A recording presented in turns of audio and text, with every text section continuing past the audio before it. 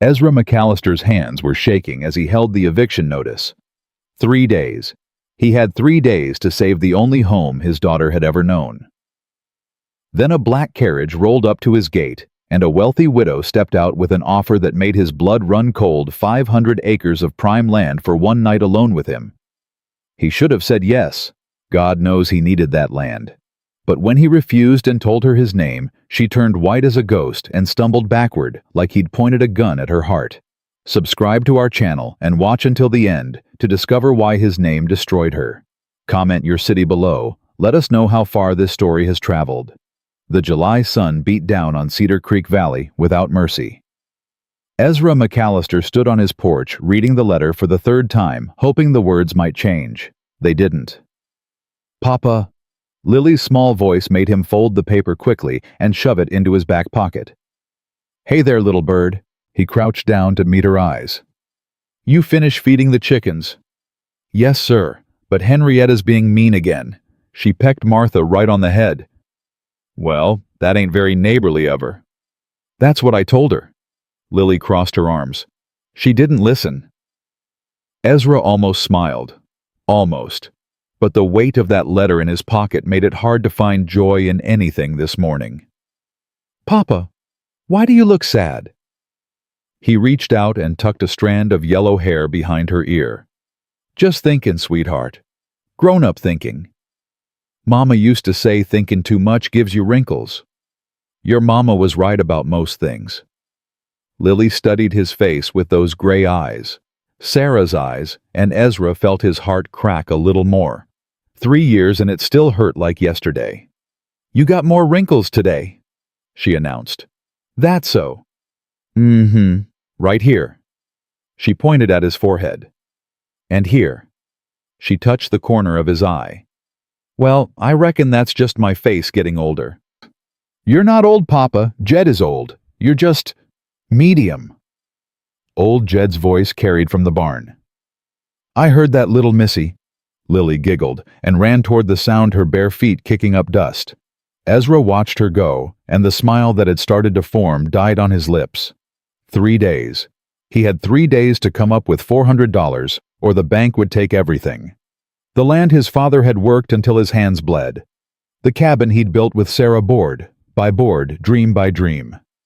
The grave on the hill where she slept under a wooden cross he'd carved himself. "You look like a man staring at his own coffin." Ezra turned. Jed was walking toward him, his weathered face creased with concern. "That bad, huh? I've known you since you were knee-high to a grasshopper boy. I know when something's eating at you."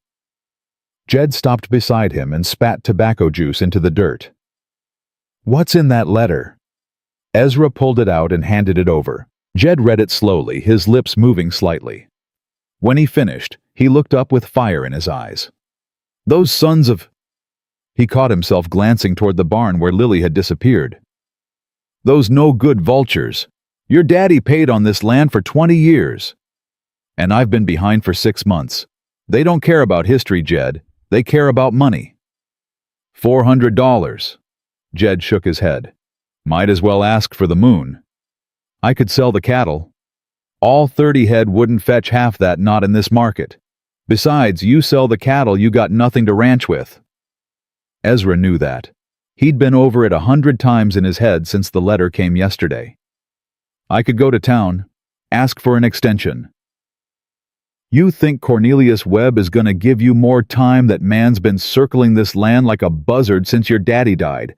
He's probably the one who pushed the bank to call in the note." Ezra's jaw tightened. "You don't know that. I know that man. I know what he is." Jed's voice dropped. "I know what he did to the Taylors, the Hendersons, and half the families in this valley. He buys up debt, forecloses, and adds to his empire. That's his game. Always has been.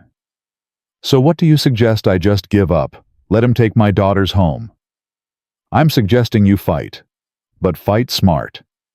Jed put a hand on his shoulder. "There's got to be another way."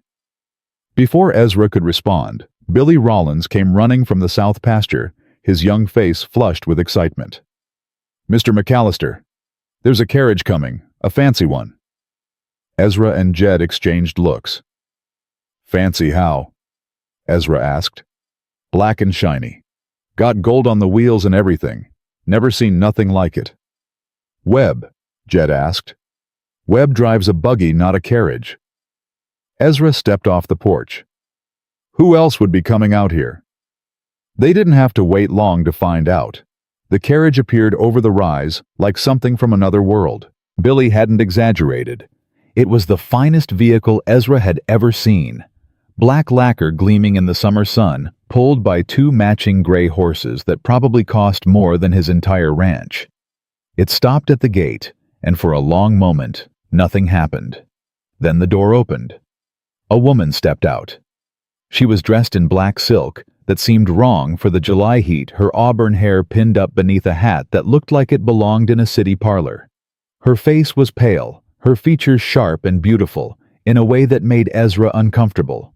She moved toward him like she owned the ground she walked on. You are Ezra McAllister. It wasn't a question. Yes, ma'am. She stopped a few feet away, her amber eyes sweeping over the cabin, the barn, the patched corral. When her gaze returned to him, there was something like disappointment in it. I am Margaret Hartwell. The name hit Ezra like a fist to the gut. Hartwell, the railroad Hartwells, the family that had carved up half of Montana for their tracks, displacing farmers and ranchers, buying politicians, crushing anyone who stood in their way. I know who you are, he said, and his voice came out harder than he intended. If she noticed, she didn't show it. Then you know I am a woman of means. I know your husband was a man who took what he wanted and didn't care who he hurt. Something flickered in her eyes. Pain. Anger. It was gone before he could name it. My husband is dead, Mr. McAllister. I am here on my own business. And what business would that be? She reached into her leather satchel and produced a rolled document.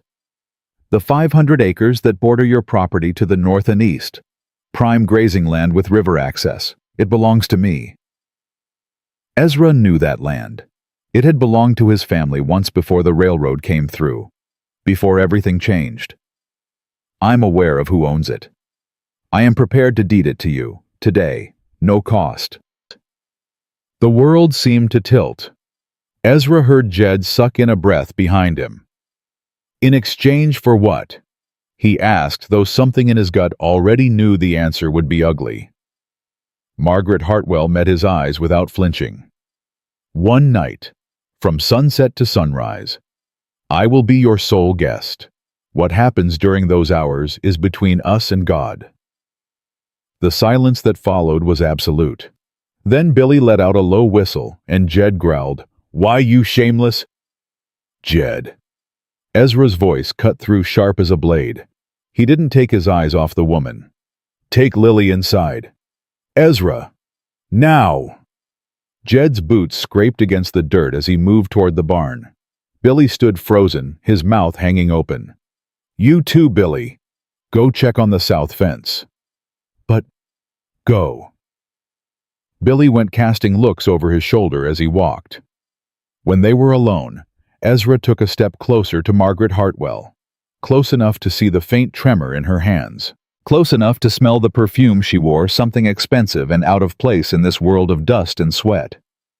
Let me make sure I understand you, ma'am. You're offering me 500 acres of the finest land in this territory in exchange for one night. Yes. You want me to bed you. The words were crude deliberately so. He wanted to see her flinch. She didn't. I want company, Mr. McAllister. I want to be seen as something other than a bank account. I want...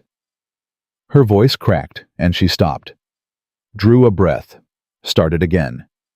I have spent 2 years being courted by men who look at my ledger, not my face. I have been propositioned, manipulated, and treated like a prize mare at auction. So yes, I am making an offer. A business transaction with clear terms. One night of your time for enough land to save your ranch 3 times over. You know about my situation. I know everything about your situation, Mr. McAllister. I know you have 3 days before the bank takes your home. I know you have a daughter who will have nowhere to go. I know you have been too proud to ask for help and too stubborn to accept it. You've done your research. I am a wealthy woman. Wealthy women can afford thorough research. Ezra felt the letter in his back pocket like a brand against his skin. 500 acres.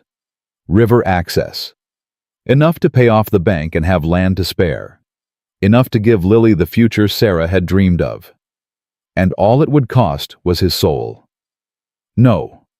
The word came out before he could second-guess himself. Margaret Hartwell blinked. I beg your pardon? I said no. I decline your offer. You decline? That's what I said.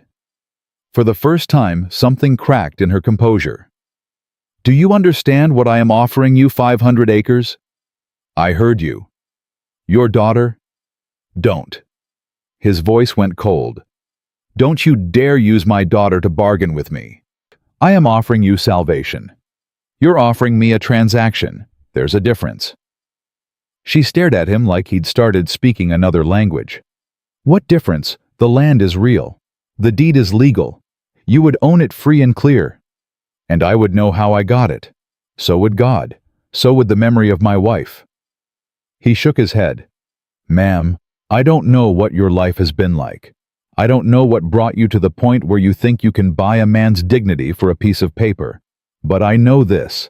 I'd rather lose everything I own than lose the right to look my daughter in the eye. Margaret Hartwell's face went through a transformation that Ezra couldn't quite follow. Shock, then anger, then something that looked almost like grief. You're refusing me. Yes, ma'am. No one has ever... She stopped, swallowed. You truly would rather lose your home.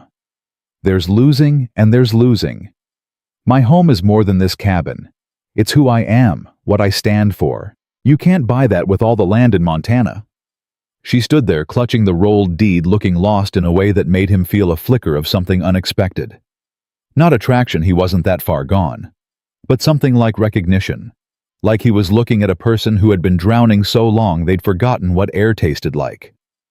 However, he said and watched her head snap up. However? You came a long way. It's hot. I reckon you're tired. He gestured toward the cabin. I can't accept your offer, but I can offer you a meal, some water, a chance to rest before you head back to wherever you came from. You're inviting me to dinner. I'm inviting you to be a guest in my home. No transaction, no strings, just two people sharing a table like decent folks do. She looked at him like he had grown a second head. Why would you do that? Because you look hungry, ma'am, and I don't mean for food. The words hit her harder than any insult could have. He watched her eyes fill with tears that she blinked back furiously. I don't understand you, Mr. McAllister. That makes two of us. I don't understand you either. He almost smiled. But I reckon that's what conversation is for. She didn't move, didn't speak, just stood there with the deed in her hands, a woman worth more money than he would see in 100 lifetimes, looking at him like he had offered her something priceless. The meal, she finally said. What time? Sunset. I'll have Jed drive your carriage to the shade. Those horses need water. Yes. Yes, that would be... Thank you. She turned and walked back to her carriage. At the door she paused. Mr. McAllister. Ma'am.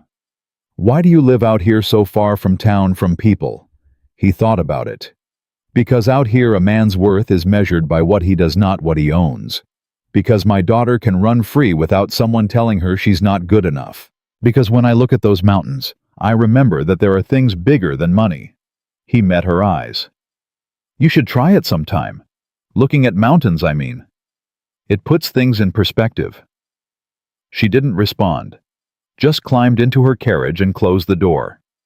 Ezra watched it roll toward the barn, then turned to find Jed standing in the cabin doorway with an expression caught between admiration and worry. You just turned down 500 acres. I did. 500 acres with river access. I'm aware. And you invited her to dinner? Also aware. Jed shook his head slowly. Your daddy always said you were the most stubborn damn fool in Montana. I'm starting to think he was right. Probably was. What are you going to do about the bank? Ezra looked toward the hill where Sarah's grave sat peaceful under the July sun. I don't know yet, but I'm not going to sell my soul to find out. And the woman? What about her? She's dangerous, Ezra. The Hartwell name. She's not her husband. Whatever he did, she didn't do it. How do you know? Ezra thought about the look in her eyes, the crack in her voice, the way she had trembled when he called her offer what it was. Because nobody that guilty carries that much pain, he said.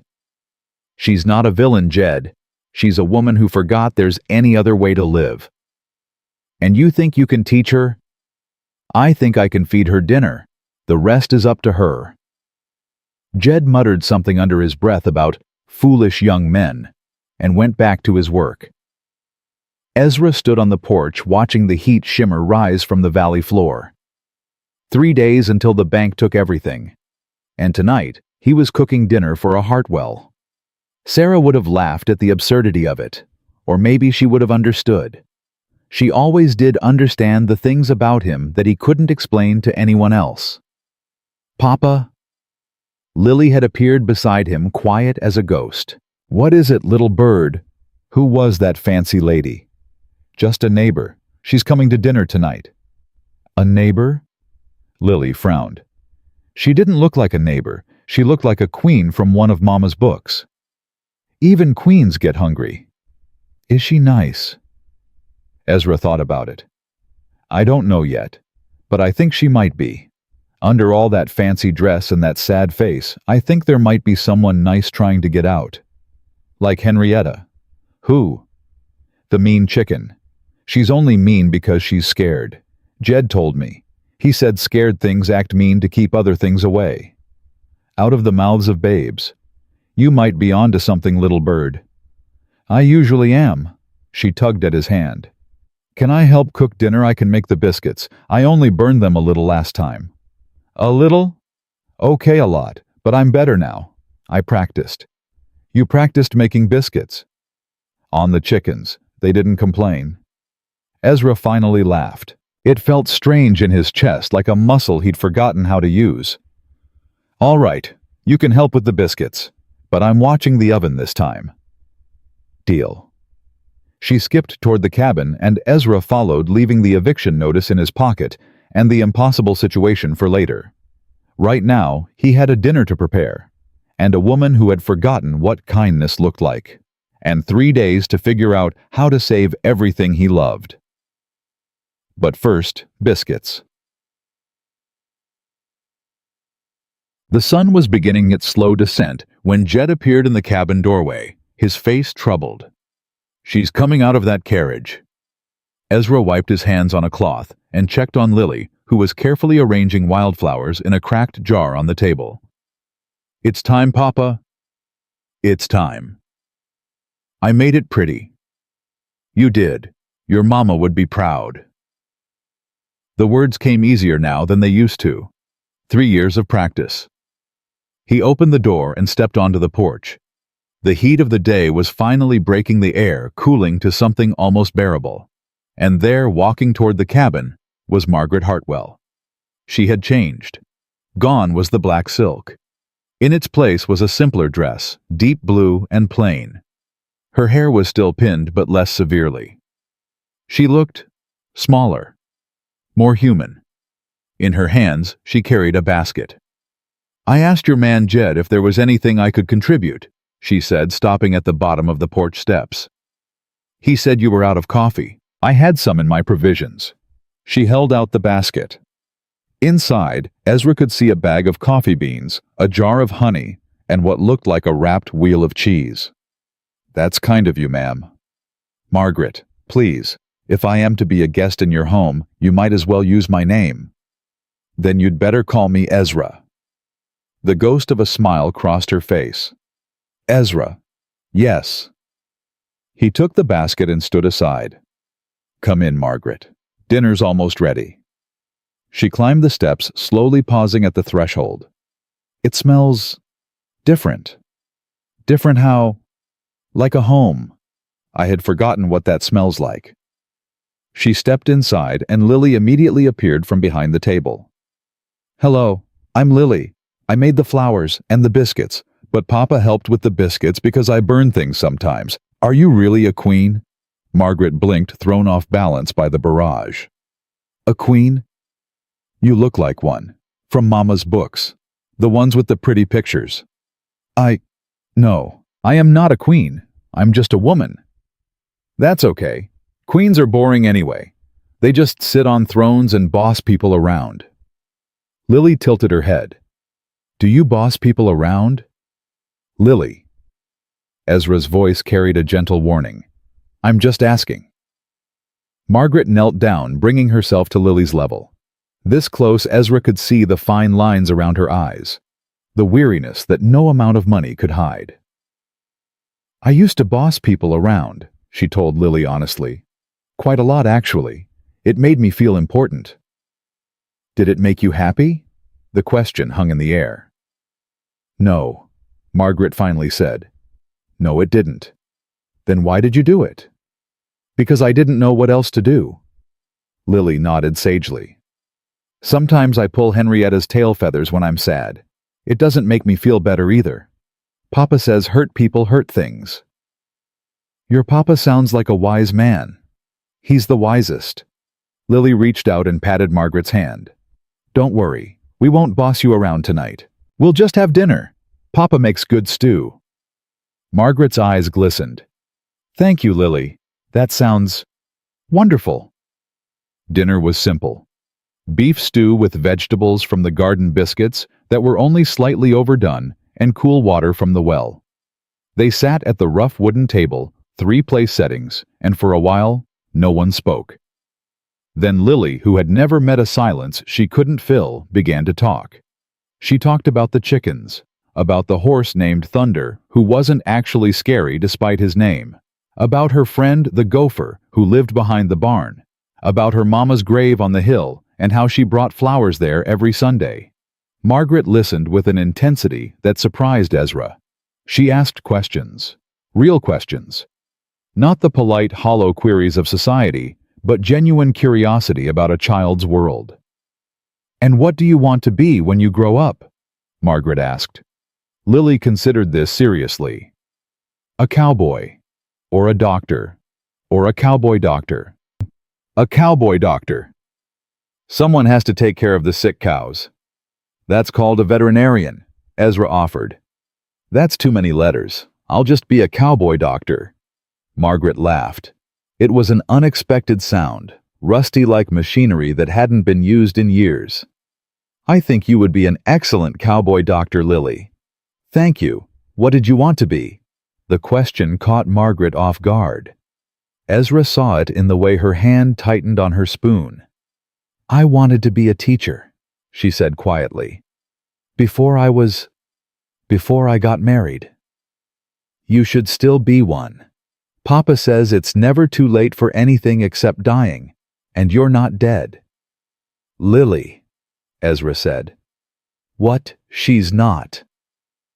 Margaret set down her spoon. No, I'm not. She looked at Ezra with something new in her eyes. Your daughter is remarkable. She's 6. She says whatever comes into her head. That's what makes her remarkable. She hasn't learned to lie yet. Margaret's voice dropped. I had forgotten there were people like that in the world. After dinner, Lily began to yawn. Ezra carried her to her cot in the corner, tucking the thin blanket around her small body. Is the fancy lady going to stay? Lily mumbled. For a little while. I like her. She's sad inside, but she's not mean. How do you know she's sad inside? Her eyes. They look like yours did, after Mama. Ezra kissed her forehead. Go to sleep, little bird. Tell her about the stars, Papa. Mama's stars. Maybe it will help. Maybe it will. When he returned to the table, Margaret was standing by the window looking out at the darkening valley. She's asleep. out like a candle. He moved to the fireplace, added another log. "Can I get you some of that coffee you brought? Please." He made the coffee in silence, and they sat by the fire with cups warming their hands despite the summer heat. The flames cast dancing shadows across Margaret's face, softening her sharp features. "Why did you really invite me here?" she asked finally. "I told you. You looked hungry." "No one does something for nothing, Ezra. I learned that lesson a long time ago." "Then maybe you learned the wrong lesson." She shook her head. "I made you an offer that should have made you hate me. I all but asked you to." She stopped, her cheeks flushing. "Why don't you hate me?" Ezra stared into the fire. "When my wife died, I hated everyone. God, the doctor, myself. I even hated her for leaving me. And you know what I learned?" "What?" "Hate is heavy. It's the heaviest thing you can carry. And eventually, you have to set it down or it crushes you. So you just forgave everyone." "I let go. It's not the same thing." He looked at her. "You didn't insult me today, Margaret. You showed me something true about yourself. Something you probably didn't mean to show." "And what's that?" "That you're so lonely it's eating you alive. That you've forgotten any language except money. That somewhere under all that silk and steel, there's a woman who just wants someone to see her." The tears she had been holding back finally escaped, rolling down her cheeks in silent streams. "My husband acquired me," she whispered. "Like a painting, like a piece of furniture. I was Mrs. Harrison Hartwell, an extension of his empire, a decorative asset." She drew a shaky breath. "When he died, I thought I would finally be free. But I realized I had no idea who I was without him. I had no idea how to be a person instead of a possession." "So you became the one doing the acquiring." "It was the only thing I knew." Ezra nodded slowly. "My wife used to say that everyone is a house with many rooms. But most people only live in the parlor. They're too scared to go into the dark rooms, the ones they've locked up and tried to forget about. Your daughter said something similar. She listens better than I do." He set down his coffee cup. "The point is, those rooms are still there, Margaret. You just have to be brave enough to open the doors." She wiped her cheeks with the back of her hand, an oddly childlike gesture. "I don't know if I'm brave." "You came here, didn't you? You made an offer that could have gotten you shot.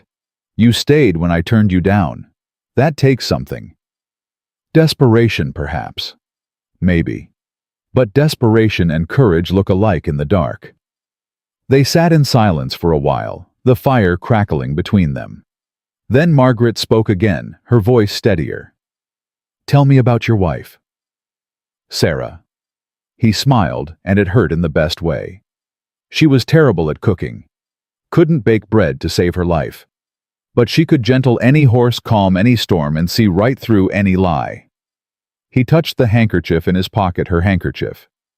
"She believed everyone had their own star. That when we die, we just go home to it." "That's beautiful." "She was beautiful, inside and out." He paused. "She would have liked you." "Me?" Margaret sounded incredulous. "I doubt that. She would have seen what I see. Someone lost who's trying to find their way home." Margaret's breath caught. "You don't know anything about me. Not really. You don't know—" She stopped abruptly. "Don't know what—" She shook her head, and Ezra saw fear flicker across her face. Real fear. "Nothing. It's nothing." But it wasn't nothing. He could tell. There was something she wasn't saying. Something that scared her even more than loneliness. "It's getting late," she said, abruptly rising. "I should go." "You can stay.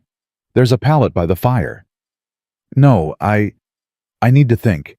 Your daughter, she—" Margaret pressed a hand to her chest like she was trying to hold something in. "She gave me a lot to think about." Ezra walked her to the door. Outside, the stars were emerging vast and brilliant in the Montana sky. "Will you come back?" he asked. She paused on the threshold. "Do you want me to? I invited you to dinner, not to a transaction." That means you're welcome any time. She turned to look at him, and in the starlight she looked almost young, almost hopeful. Thank you, Ezra. For tonight. For seeing me. She hesitated. May I ask you something? Anything. Your full name. I only know you as Ezra McAllister, but I find myself curious. What's your full name? It was such a simple question, such an innocent one. Ezra Marcus McAllister, he said. My father's name was Marcus. I was named after him, Marcus Thorne McAllister. The blood drained from Margaret's face so fast, Ezra thought she might faint. Thorne, she breathed. Your family name is Thorne. My father's family, yes. From Willow Creek. Why? But she wasn't listening. She was backing away, her hand pressed to her mouth, her eyes wild with horror. Oh, God, she gasped. Oh, my God. Margaret! What is it? What's wrong? Willow Creek. She stumbled off the porch, nearly falling. Your family. The Thorns of Willow Creek. They were he. Margaret, I don't understand. The railroad. Her voice was barely a whisper now. When my husband was building the railroad, there was a community that refused to sell. A man named Marcus Thorne who fought back. Harrison destroyed them, bought their debts, foreclosed on their land, left them with nothing. The words hit Ezra like bullets, each one finding its mark. He drove them out, ruined them, and the land, oh God, the 500 acres I offered you, was my family's land. Ezra's voice had gone flat, cold. The land your husband stole from us 20 years ago. I didn't know. Margaret was crying now, great shaking sobs. I didn't know it was you. I didn't know. You came here to offer me back the land that destroyed my family, as payment, for one night. I'm sorry. I'm so sorry. Get out. The words were quiet, deadly. Ezra, please. Get out. She ran. He heard her stumble to the carriage, heard the door slam, heard the horses whinny as the driver whipped them forward. He stood on the porch until the sound of hooves faded into nothing. Then he sank down onto the steps, put his head in his hands, and wept. The night stretched on forever. Ezra didn't move from the porch steps.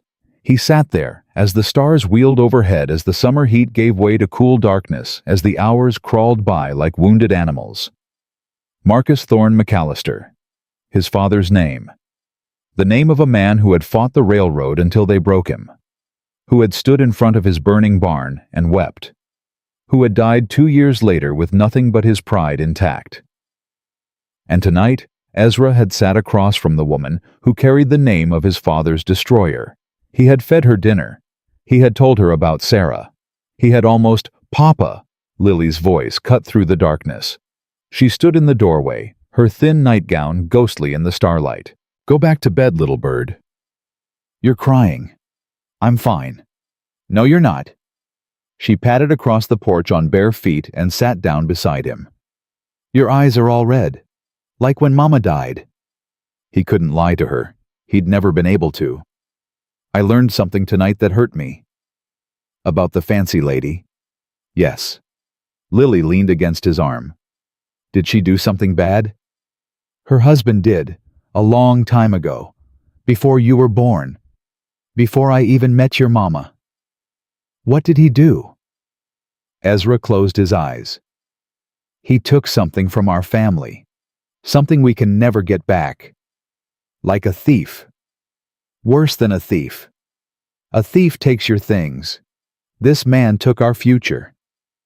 Lily was quiet for a moment. Then, but she didn't do it. You said her husband did.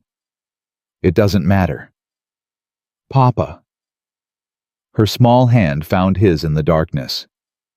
You always tell me that people are responsible for their own actions. You said that when Billy blamed his horse for knocking over the fence. This is different. Why? Because it hurt too much. Because the wound was too deep. Because he had started to feel something for that woman, and now that feeling was tangled up with 20 years of grief and rage. But he couldn't say any of that to a 6-year-old. It just is, sweetheart. That's not an answer. Sometimes there aren't good answers. Lily sighed the way only a child can sigh, world-weary and ancient. I think you should talk to her again. Why? Because she was sad, Papa. Really, really sad. And sad people do silly things. You told me that too. Before he could respond, she stood up and kissed his cheek. I'm going back to bed. But I think Mama would want you to be kind. She always said kindness was the strongest thing. She disappeared into the cabin, leaving Ezra alone with her words. The morning came harsh and bright. Ezra had slept maybe 2 hours, fitful dreams full of fire and trains and his father's broken face. He moved through the morning chores like a ghost, his body doing the work while his mind churned. You look like death warmed over, Jed observed. Feel like it too. She's gone then. The Hartwell woman. Gone. Jed studied him. Something happened after we went to bed. Found out who she really is, who her husband was. I know who her husband was. Railroad man, made his fortune crushing folks who got in his way. One of those folks was my father. Jed's face went pale. Lord Almighty, you mean the land she offered me, the 500 acres. That was our land, Jed. The land my family homesteaded before I was born. The land Harrison Hartwell stole. Jed sat down heavily on a hay bale. And she didn't know. Claims she didn't. Do you believe her? Ezra grabbed a pitchfork and stabbed it into the hay. I don't know what I believe anymore. What are you gonna do? About what I've still got 2 days before the bank takes everything. I've still got a daughter to feed. I've still got... He stopped, breathing hard. You've still got a heart that's trying to feel something. Jed finished quietly. And it picked the worst possible woman to feel it for. I don't feel anything for her. Ezra, I've known you since you were in diapers. You can't lie to me. The pitchfork clattered to the ground. Ezra leaned against the stall, suddenly exhausted. What am I supposed to do? Jed, tell me. Because I'm lost. I think you need to talk to her. I told her to get out. And now you need to tell her why. Not just throw her out like yesterday's garbage. Jed stood and put a hand on his shoulder. Your daddy was a good man, Ezra, but he was hard. He held grudges until they ate him alive. Don't be like him. He had a right to those grudges. Maybe, but did they make him happy? Did they bring back what he lost? Ezra had no answer.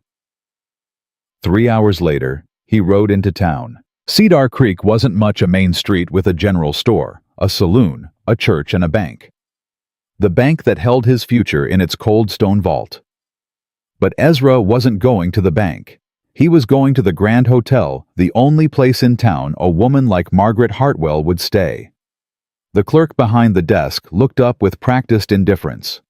Help you. I'm looking for a guest, Mrs. Hartwell. The widow. The clerk's eyes flickered with interest. She checked out this morning. Ezra's stomach dropped. Checked out. Paid her bill and left. Had her carriage take her toward the train station. When? 2 hours ago, maybe 3? He was too late. She was gone. He stood there feeling foolish. What had he planned to say anyway? That he forgave her? He didn't. That he understood. He wasn't sure he did. There a problem, Mr. McAllister. Ezra turned to find Mayor Cornelius Webb standing behind him, his round face arranged in false concern. No problem, Mayor. Heard you had a visitor yesterday. Fancy carriage, fancy lady. Webb smiled, but it didn't reach his eyes. Word travels fast in a small town. Does it? People talk. They wonder what a woman like Margaret Hartwell would want with a struggling rancher like yourself. Ezra felt his hands curl into fists. That's none of your business. Everything in this town is my business, son. That's what being mayor means. Webb stepped closer, lowering his voice. I also know you've got 2 days before the bank calls in your note. Shame, really. Your daddy worked that land for 20 years. I'm aware of my situation. Are you aware that I could make it all go away? Webb's smile widened. One word from me, and the bank gives you an extension. 6 months, maybe a year. Plenty of time to get back on your feet. And what would you want in return? Just your cooperation. When the railroad comes through next spring, they'll need land for a depot. Your land is perfectly situated. You want me to sell to the railroad. I want you to see reason. Progress is coming to Cedar Creek whether you like it or not. You can either profit from it or get crushed by it. Your choice. Ezra looked at the man his father had despised. The man who had stood by while families were evicted. The man who had gotten rich off other people's misery. My father made his choice 20 years ago. I'm making the same one. Your father died broken. My father died with his honor intact. That's more than you'll ever be able to say. Webb's face reddened. You've got 2 days, McAllister. 2 days to come to your senses. After that, I'll take that land, and I'll make sure you and your daughter don't have a roof over your heads anywhere in Montana. Is that a threat? It's a promise. Webb turned and walked away, his boots clicking on the wooden floor. Ezra stood there shaking with rage. First Margaret, now this. The universe seemed determined to remind him that he was just a small man fighting against forces too big to comprehend. He walked out of the hotel and nearly collided with Billy Rollins. Mr. McAllister, I've been looking everywhere for you. What is it? It's Lily. She's gone. The world tilted. What do you mean gone? Jed sent me to find you. She wandered off about an hour ago. We've been searching, but Ezra didn't hear the rest. He was already running for his horse. 20 minutes later, he was back at the ranch, his heart pounding so hard he could barely breathe. Where did you look? He demanded. Everywhere, Jed said. The barn, the creek, the east pasture. I even checked the hill where Sarah's buried. She wouldn't go far. She knows better. She left a note. Ezra snatched the paper from Jed's hand. The letters were shaky, a child's handwriting. Going to find the sad lady. She needs help. Don't worry, Papa. Back soon. Love, Lily. Oh, God. Ezra crumpled the note in his fist. Oh, God, no. She must have overheard us talking this morning, Jed said. About Mrs. Hartwell leaving for the train station. The train station is 15 miles away. I know. She's 6 years old, Jed. She's 6 years old and she's out there alone. We'll find her. Billy's already riding the north road. I'll take the south. You take the main route to town. Ezra didn't waste time responding. He was already on his horse, kicking it into a gallop. The road to town had never seemed so long. Every shadow, every rustle in the grass made his heart stop. He called her name until his throat was raw. Nothing. He was halfway to town when he saw the carriage. It was stopped by the side of the road, the black lacquer unmistakable. And standing beside it, holding a small blonde girl in her arms, was Margaret Hartwell. Ezra pulled his horse up so hard it nearly threw him. He was off and running before the animal had fully stopped. Lily. Papa! She wriggled out of Margaret's arms and ran to him. He caught her, lifted her, held her so tight he could feel her heart beating against his chest. What were you thinking? His voice cracked. What were you thinking running off like that? I'm sorry, Papa. I just wanted to help. Help. You could have died out here. You could have... He couldn't finish. The words choked in his throat. She's all right. Margaret's voice was quiet. We found her about 2 miles back. She was walking along the road, brave as anything. Ezra looked up at her. She looked terrible, pale eyes swollen from crying, her fine dress wrinkled and dusty. You were leaving. I was. But you stopped. My driver saw her. A little girl alone on the road. Margaret's voice trembled. I couldn't just leave her. Why not? You were ready to leave everything else behind. It was cruel, and he knew it. But the fear was still pumping through his veins, turning everything sharp and mean. "Papa!" Lily's small voice cut through his anger. "Don't be mean to her. She saved me. A rattlesnake was on the road, and she scared it away with a stick." A rattlesnake. It was more scared of her than she was of it. Lily smiled proudly. She was very brave, for a fancy lady. Ezra looked at Margaret again. At the dust on her fine dress. At the stick still clutched in her trembling hand. "You killed a rattlesnake. I scared it off. Your daughter perhaps exaggerates my heroism." She dropped the stick. "I was going to bring her home. We were just turning the carriage around when you arrived." Why what? Why would you do that, after how I treated you last night?"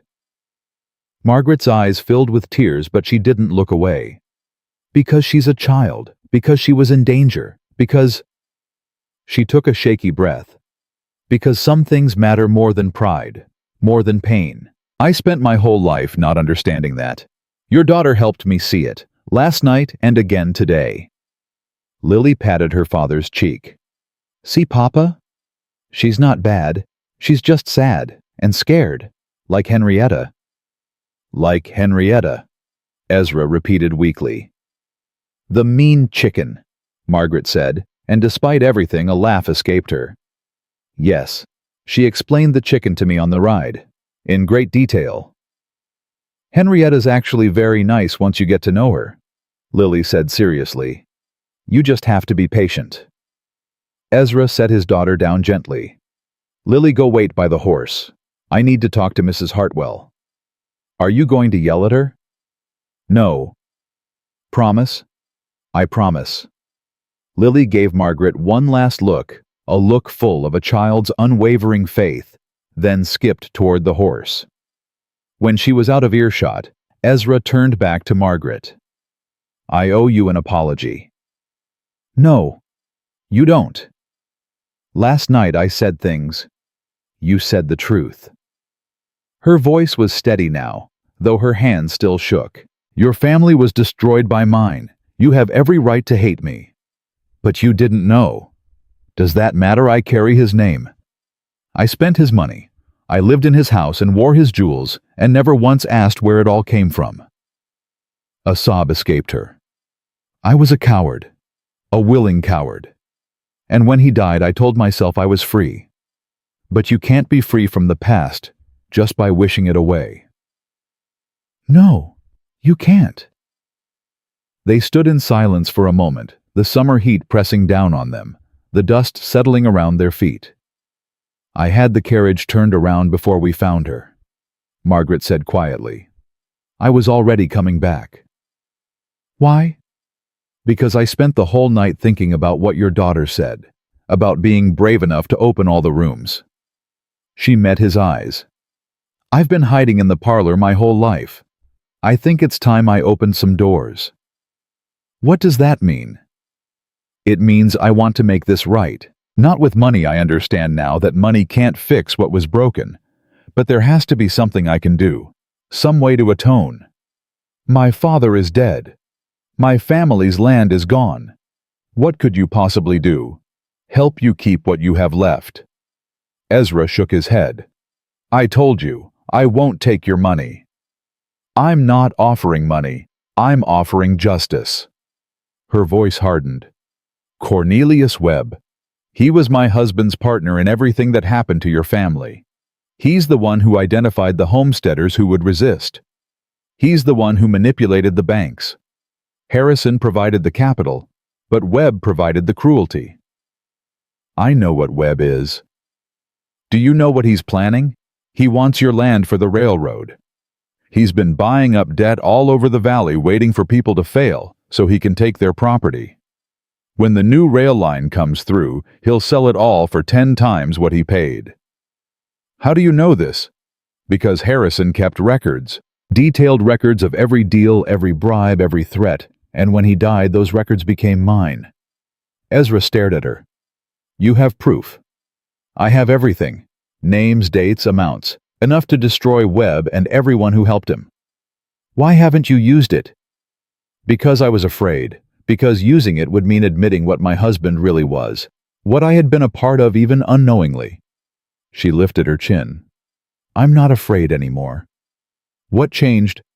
Your daughter, your dinner, you. She stepped closer. You showed me what it looks like to live with honor, to choose dignity over survival. I want to learn how to do that. Ezra felt something shift in his chest. Not forgiveness, not yet, but something close to understanding. And if I say no, if I tell you to go back to your fancy life and leave us alone, then I'll go. But I'll still release the records. Webb deserves to fall whether you forgive me or not. That could put you in danger. I don't care. Webb has powerful friends, and I have more money than all of them combined. Let them come. There was fire in her eyes now, something fierce and determined that hadn't been there yesterday. She had been transformed somehow, not into a different person, but into the person she had been meant to be all along. Papa, Lily's voice drifted from the horse. Is everything okay? Ezra looked at Margaret, at the woman who had tried to buy him, at the widow of his enemy, at the person who had faced down a rattlesnake to save his daughter. Yeah, little bird. Everything's okay. He turned back to Margaret. You want to make things right. More than anything. Then come back to the ranch. We've got a lot to talk about. The ranch, but... You saved my daughter's life. That buys you a conversation. He paused. And maybe some of that coffee you brought last night. The tears spilled over again, but this time Margaret was smiling through them. I would like that very much. They rode back together, the black carriage following Ezra's horse. Lily chattering happily about chickens and rattlesnakes, and how she knew all along that the fancy lady was actually nice. The sun was high when they reached the ranch. Jed came running out, his face flooding with relief when he saw Lily safe in her father's arms. Thank the Lord. Where'd you find her? Mrs. Hartwell found her. Jed's eyes went to the carriage, then back to Ezra. She came back. She did. And you're letting her stay. Ezra set Lily down. She's got something I need to hear. After that, we'll see. Jed looked like he wanted to argue, but something in Ezra's face stopped him. He just shook his head and muttered something about foolish young men, and went to help the carriage driver with the horses. Inside the cabin, Ezra made coffee, while Margaret sat at the rough wooden table, looking around at the simple space like she was seeing it for the first time. It's so small, she said quietly. It's enough. I didn't mean it as an insult. I meant... She struggled for words. When I think of all the rooms in my house that I never use, all the space I have, and none of it filled with anything real. You have less than I could fit in my closet, and it feels more like a home than anywhere I've ever lived. Ezra set a cup in front of her. That's because a home isn't made of walls. It's made of the people inside them. Sarah said that. My mother, actually. Sarah just reminded me of it. Margaret wrapped her hands around the cup. Tell me about them. Your family. What they lost. I want to understand. So Ezra told her. He told her about Willow Creek, the small community his grandparents had helped found. About the farms and ranches that had grown up around the creek, the families who had supported each other through drought and blizzard, and everything the land threw at them. He told her about his father, Marcus Thorne, who had been the unofficial leader of the community. A stubborn, proud man who believed that working the land gave you a right to it that no piece of paper could take away. He told her about the day the railroad surveyors came with their maps and their offers, about how the community had voted to refuse to stand their ground to fight. And then he told her about what came after. The debts that were suddenly called in, the loans that were mysteriously canceled, the bank that foreclosed on family after family, always selling to the same buyer, the Montana Pacific Railroad Company. Harrison Hartwell, president. Margaret listened without interrupting. Her face grew paler with each detail, but she didn't look away. She took it all in like a penance, letting his words cut her. My father held out longest, Ezra said. He organized the family's hired lawyers, filed injunctions. He fought them for 2 years. What happened? The bank took everything. We had 2 days to leave. My father stood on our porch with a shotgun and said they'd have to kill him first. Ezra's voice cracked. They didn't have to. He watched everything burn: the barn, the stable, the fields he'd worked his whole life, and something in him just broke. We moved to this land, started over, but he was never the same. He died 5 years later. The doctor said it was his heart, but I knew better. He died of grief. Margaret's hand trembled as she set down her cup. I'm so sorry. Sorry doesn't bring him back. No, it doesn't. She met his eyes. But maybe something else can. What do you mean? Those records I mentioned. They don't just prove what Harrison did. They prove what was stolen and from whom. Property deeds, original surveys, records of the fraudulent foreclosures. Her voice strengthened. With the right lawyers, with enough pressure, some of those families might be able to reclaim their land. Ezra stared at her. You're talking about reversing 20 years of... I'm talking about justice, real justice, not just for your family, but for everyone who was destroyed by my husband's greed. That would take years, money, influence. I have all 3. She stood up, and something had changed in her bearing. The lost woman from yesterday was gone. In her place stood someone with purpose. I've spent 2 years not knowing what to do with the fortune I inherited. Now I know. I'm going to use it to undo everything Harrison built. Every wrong, every theft, every life he destroyed. I'm going to make it right. Webb won't let that happen. He's got too much to lose. Webb is about to discover that he's not the only one who knows how to fight dirty. She smiled, and it was fierce. My husband taught me a lot of things, Ezra. Most of them were terrible. But one thing was useful: how to destroy an enemy. Webb is dangerous. So am I. I just forgot it for a while. Before Ezra could respond, the door burst open. Billy Rollins stood there, his face white with fear. Mr. McAllister, there's men coming, a lot of them, and they're wearing badges. Ezra moved to the window. Coming up the road was a group of riders, maybe 10 or 12, and at their head, smiling his cold smile, was Cornelius Webb. He's brought the sheriff, Jed said from behind them. Must have trumped up some charges. For what? I haven't done anything. Doesn't matter. His cousin is the sheriff, remember? He can arrest you for anything he wants. Margaret moved to stand beside Ezra. He's not here for you. What? He's here for me. He must have found out I came back. Her jaw set. He knows I have the records. He knows what I can do to him. How would he know that? Because I told him. This morning before I left town. I went to his office and I told him exactly what I planned to do. She laughed bitterly. I thought I was being brave. I was just being stupid.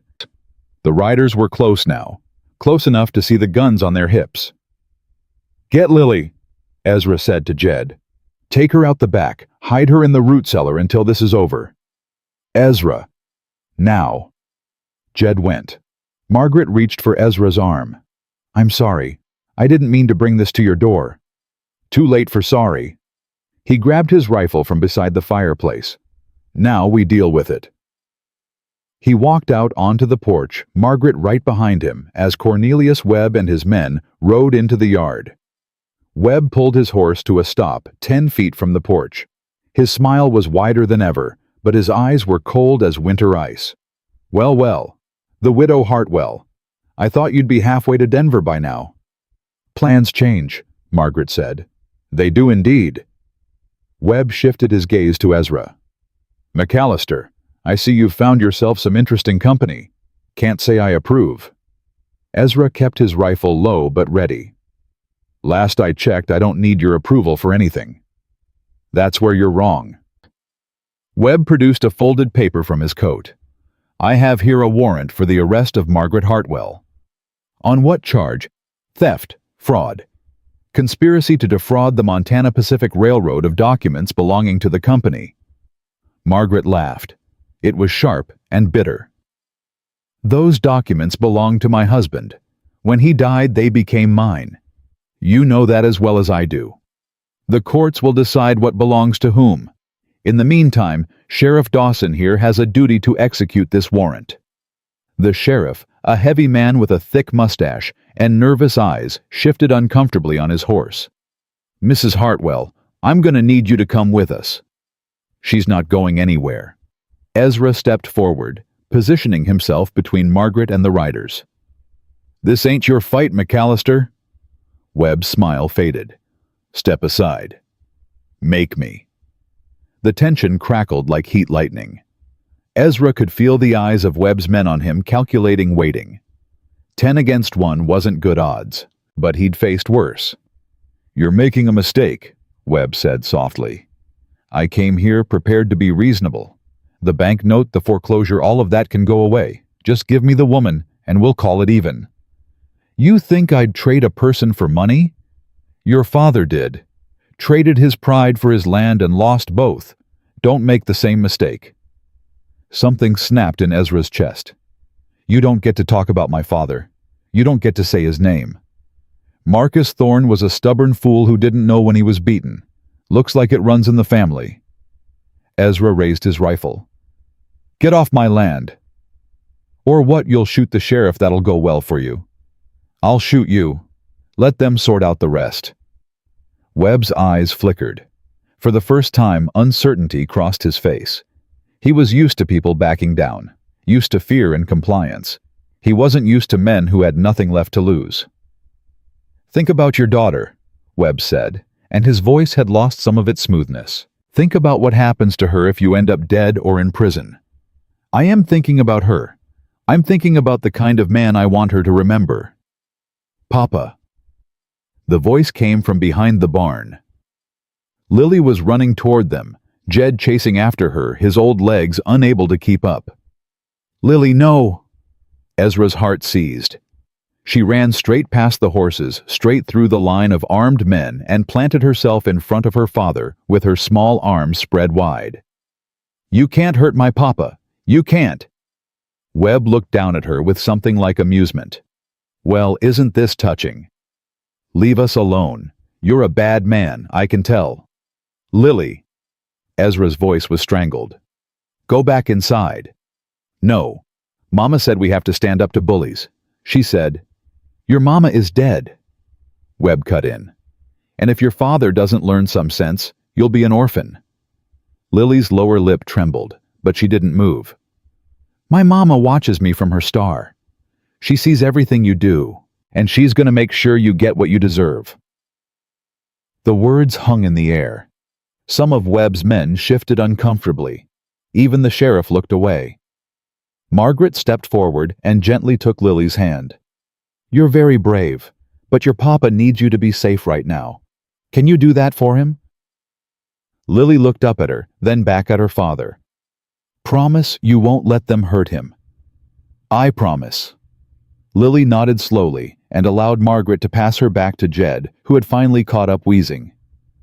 Take her to the cellar, Ezra said quietly. Don't come out until I call for you. Ezra? Please, Jed. The old man's eyes were wet, but he nodded. He scooped Lily up and carried her away, her small face watching over his shoulder until they disappeared around the corner of the cabin. Webb watched them go. Sweet child. Be a shame if something happened to her. Ezra's finger tightened on the trigger. Threaten my daughter again, and I'll kill you where you sit. Warrant or no warrant? Easy, McAllister. The sheriff held up his hands. Nobody's threatening children. Let's all just calm down. Calm down. Margaret's voice cut through like a blade. This man has been stealing from families for 20 years. He destroyed entire communities, and you want us to calm down? Ma'am, I'm just doing my job. Your job is to uphold the law, not to serve as Cornelius Webb's personal enforcer. The sheriff's face reddened. Now, listen here. No, you listen. Margaret stepped forward, and despite the dust on her dress and the tear stains on her cheeks, She suddenly looked every inch the wealthy widow she was. "I know things about you, Sheriff Dawson. Things you wouldn't want made public." Dawson's face went pale. "What things?" "The land you bought last year. The one you paid a tenth of its value for. The one that belonged to the Hendersons before Webb foreclosed on them." Her voice was ice. "I have the records. I have every record. And if you arrest me today, those records will be on a judge's desk in Helena by tomorrow morning." "She's bluffing," Webb said quickly. "Don't listen to her." "Am I?" Margaret turned to face him. "Shall I tell them about the Wilkins property? About the bribe you paid Judge Crawford? About the letter you wrote to Harrison asking him to dispose of the Monroe family by any means necessary?" Webb's mask slipped. For just a moment, Ezra saw the man underneath, scared, cornered, dangerous. "You don't know what you're talking about." "I know everything, Cornelius. Harrison kept records of every dirty deal, every threat, every dollar that changed hands. He was paranoid that way. He wanted insurance against his partners in case they ever turned on him." She smiled coldly. "Now that insurance is mine. Those documents are stolen property. Those documents are my inheritance, and I will use them to burn your entire empire to the ground if you don't turn around and ride back to town right now." The standoff stretched into silence. Webb's men exchanged uncertain glances. The sheriff was sweating through his shirt. Finally, Webb spoke. His voice was calm, but there was something new in it, something vicious. "You think you've won something here. You haven't. You've just declared war." He gathered his reins. "I have friends in Helena, friends in Washington. By the time I'm done, you won't be able to show your face in any state west of the Mississippi. Try me." Webb held her gaze for a long moment. Then he wheeled his horse around. "This isn't over, McAllister. You either, Mrs. Hartwell, enjoy your victory while it lasts." He rode away without looking back. His men followed the sheriff, bringing up the rear with visible relief. Ezra didn't lower his rifle until the last horse had disappeared over the ridge. Then his legs gave out. He sat down hard on the porch steps, the rifle clattering beside him. His hands were shaking. His whole body was shaking. Margaret sat down next to him. "Are you all right?" "No." He laughed, and it came out ragged. "No, I'm not all right. I just pointed a gun at the most powerful man in the territory. I think I might throw up." "You were magnificent." "I was terrified." "That's what makes it magnificent." She put her hand on his. "You stood your ground. You protected your home, your daughter. For now. You hurt him. He's got friends. And I've got weapons he can't fight. Those records are real, Ezra. Everything I said is true. You really have proof of all that. I have proof of things that would make even you sick. Harrison was meticulous. Every bribe, every threat, every life he destroyed, it's all documented." Ezra stared at her. "Why didn't you use it before, when he was alive?" Margaret was quiet for a moment. "Because I was afraid. Because I told myself it wasn't my business. Because—" Her voice broke. "Because I was a coward. I watched him hurt people, and I looked the other way. I took his money and lived in his house and pretended I didn't know what he was. That's not—" "It is. I'm not going to make excuses anymore." She stood up, her chin lifting. "But I'm done being afraid. Webb wants a war, I'll give him one, and I will win." The back door of the cabin opened. Jed emerged with Lily in his arms. "Papa."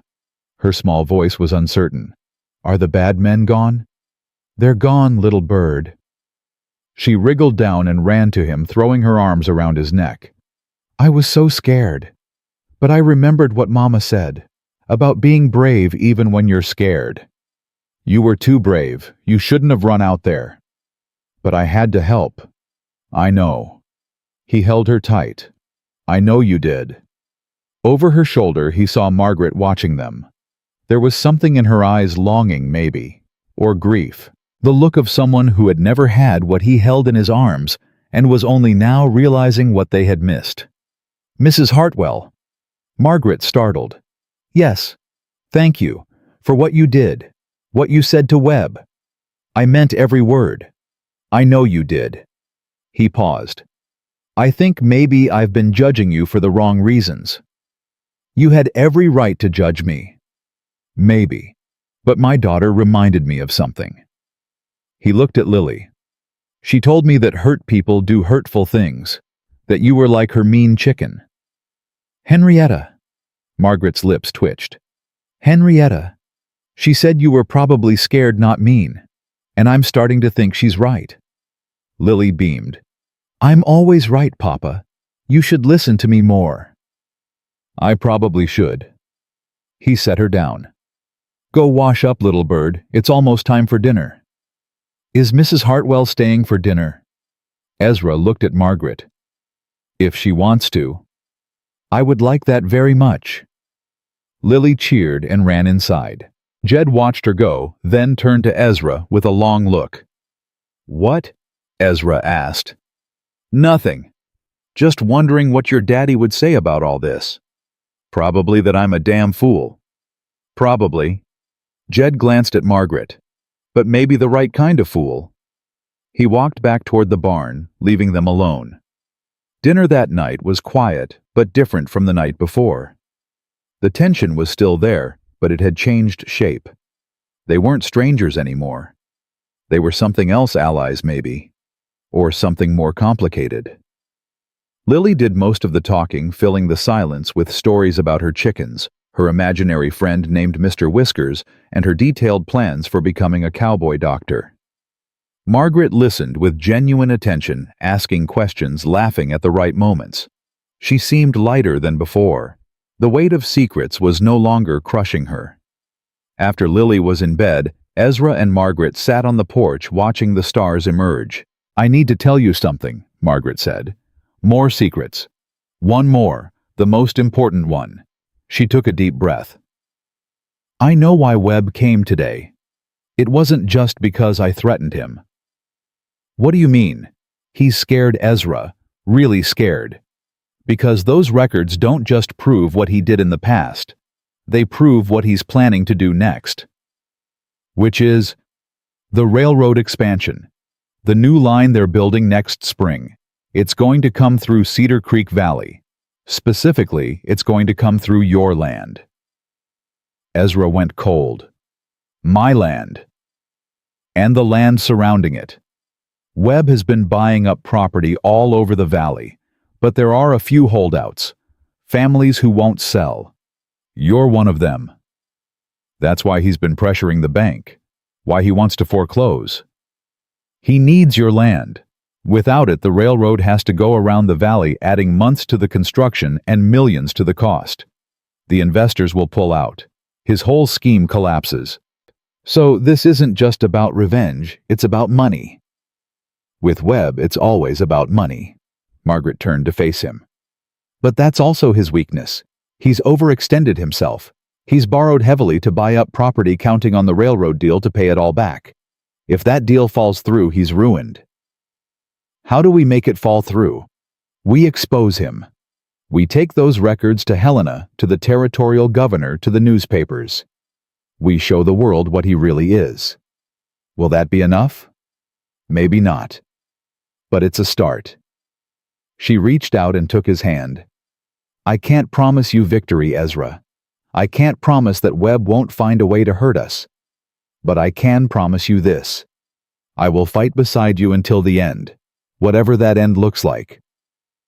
Her hand was warm in his, soft but stronger than he had expected.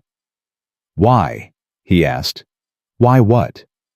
Why are you doing this? You could take those records and use them to protect yourself. You could make deals with Webb, guarantee your own safety. Instead, you're risking everything to help people you don't even know. Margaret was quiet for a long moment. When she spoke, her voice was barely a whisper. Because I spent my whole life being someone else's property, someone else's possession, and now for the first time I get to choose who I want to be. She met his eyes. I want to be someone who helps, someone who protects, someone my mother would have been proud of if she had lived to see me grow up. What happened to your mother? She died when I was 7. Fever. My father remarried a year later, and my stepmother. Margaret shook her head.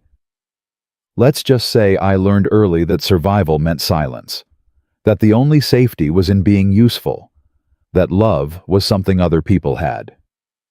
I'm sorry. Don't be. It made me who I am, and who I am is going to destroy Cornelius Webb. She smiled, and it was fierce. Some things are worth the pain. They sat in silence as the stars wheeled overhead.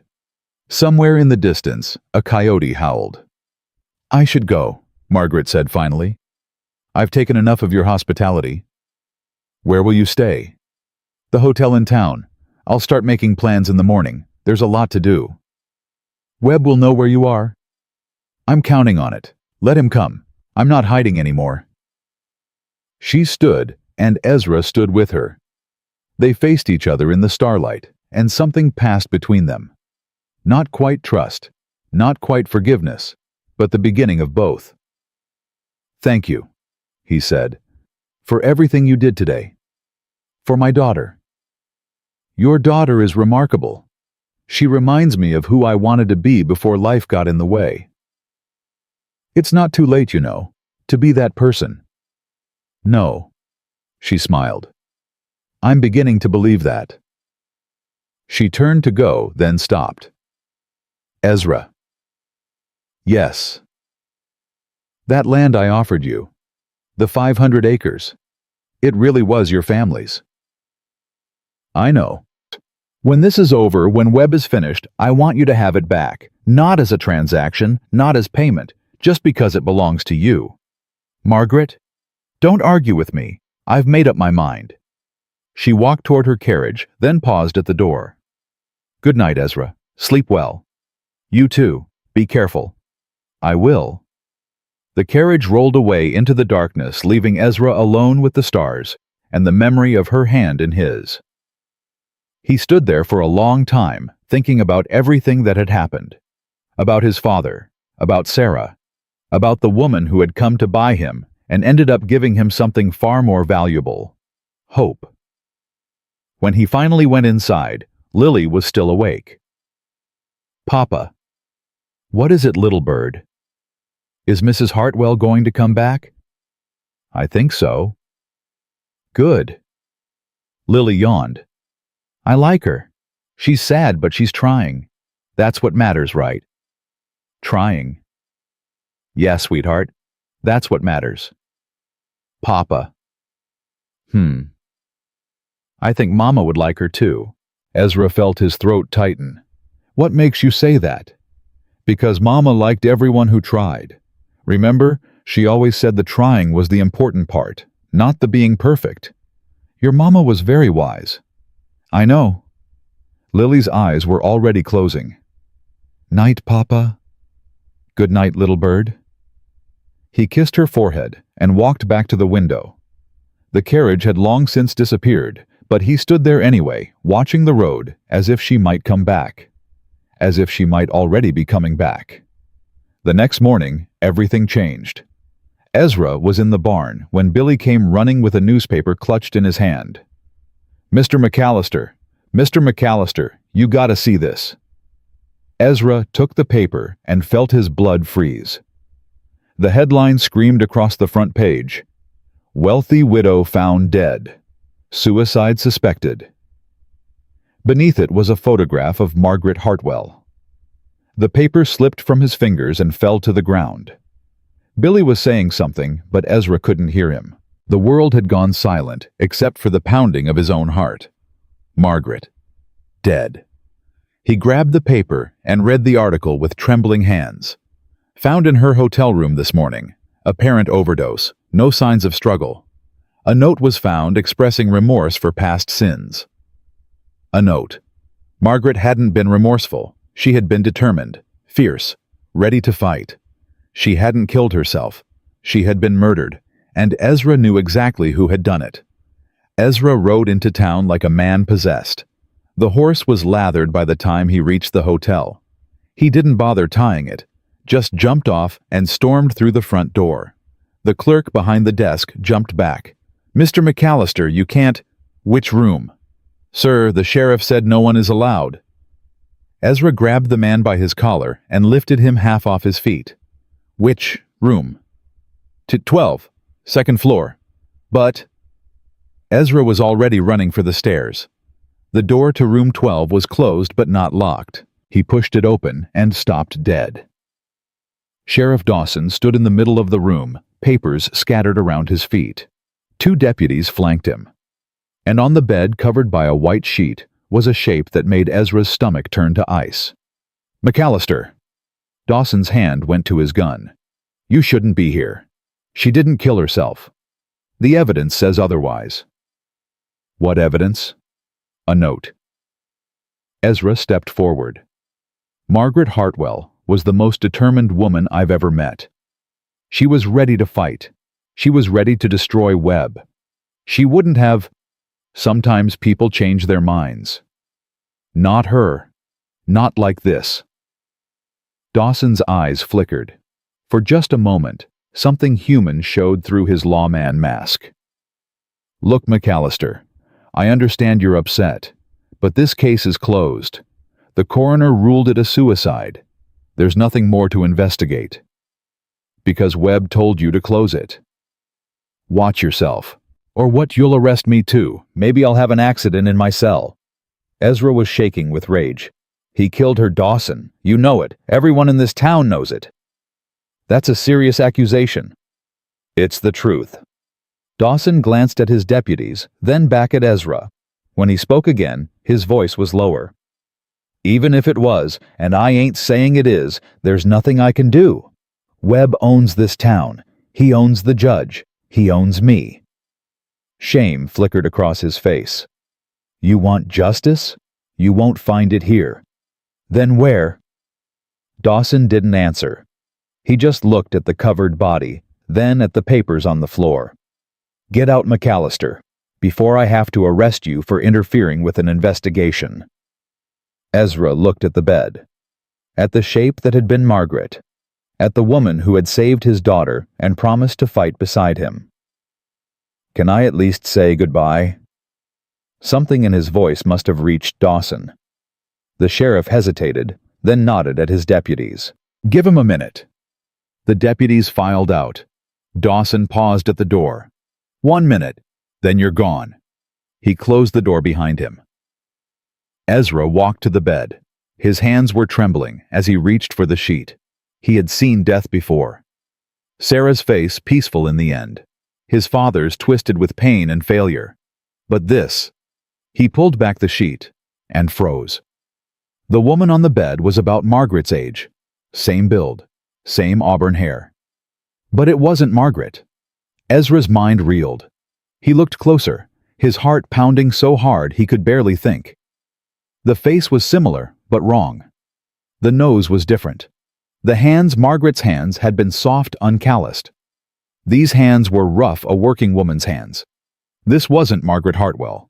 This was someone else entirely.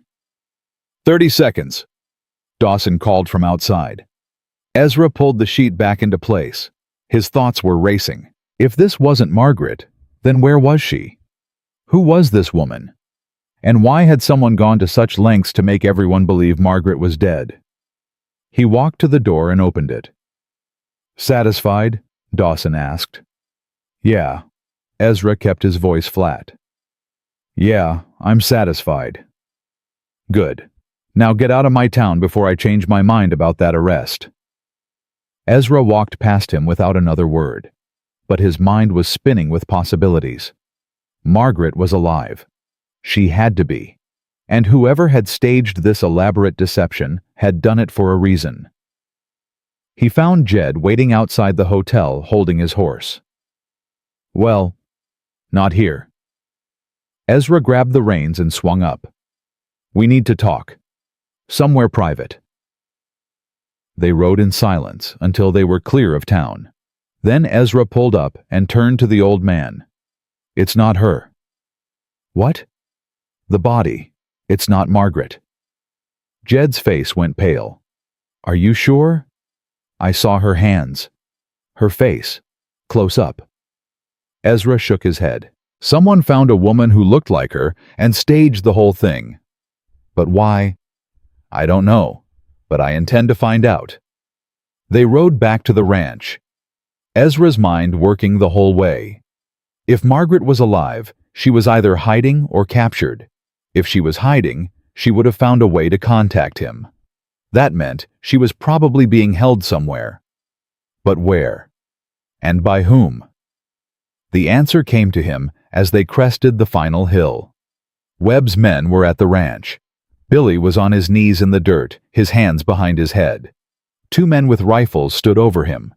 A third was coming out of the cabin carrying something in his arms. Lily. No! Ezra kicked his horse into a gallop. He was off the saddle before the animal had fully stopped his rifle in his hands. Let her go. The man holding Lily just smiled. He was big ugly with a scar running down his cheek. Easy, McAllister. Nobody's gonna hurt the girl, long as you cooperate. What do you want? Mister. Webb would like a word. He's invited you to dinner at his place tonight. The man's smile widened. He said to tell you it's about the widow, and that if you want to see her alive again, you'll come alone. Ezra's blood ran cold. She's alive. Oh, she's alive, for now. Whether she stays that way depends entirely on you. Lily was crying, reaching for him. Papa, Papa, I'm scared. It's okay, sweetheart. Everything's going to be okay. Is it? The scarred man tossed Lily toward Jed, who caught her with a grunt. I sure hope so, for everyone's sake. They mounted their horses and rode away, leaving a cloud of dust and a family in terror. Lily clung to Ezra's leg, sobbing. He picked her up and held her tight. It's all right, little bird. You're safe now. They said bad things, Papa. About Mrs. Hartwell, about you. I know, but none of that matters. What matters is that you're okay. I want Mama. The words were muffled against his shirt. I want Mama to come back. Ezra closed his eyes.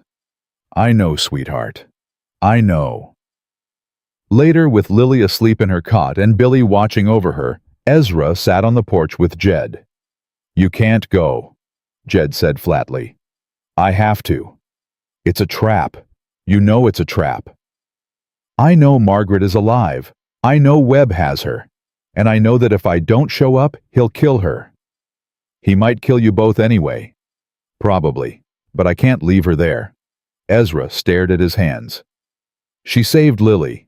She was willing to sacrifice everything to help people she didn't know. I can't abandon her. Your daddy? My daddy isn't here. He's been dead for 15 years. And maybe if he'd been a little less stubborn and a little more brave, things would have been different. Ezra looked at Jed. I'm not my father. I won't hide behind my pride while someone suffers for me. Jed was quiet for a long moment. Then he sighed. What do you need me to do? Take Lily. Tonight after I'm gone.